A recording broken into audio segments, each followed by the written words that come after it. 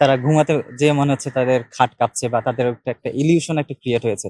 এটা আমি পজিটিভলি দেখছি, কারণ হচ্ছে শিক্ষার্থীরা যেহেতু একটা আতঙ্কগ্রস্ত হয়ে গেছিল এবং ভূমিকম্পের দিন সকাল 10টা 38 মিনিটে শুক্রবার সম্ভবত ভূমিকম্পটি হয়েছিল।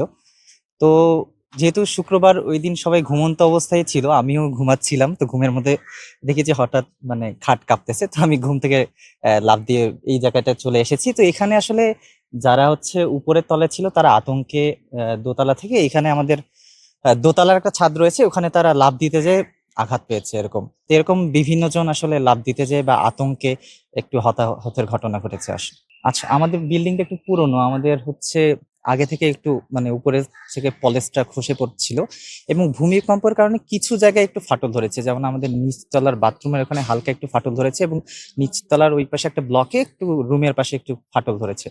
তো এগুলো নিয়ে এখন সংস্কারের কাজ চলছে এবং গতকাল বুয়েটের প্রকৌশলী টিম এসে আমাদের হল এবং অন্যান্য আরো কিছু হল পর্যবেক্ষণ করে গেছে।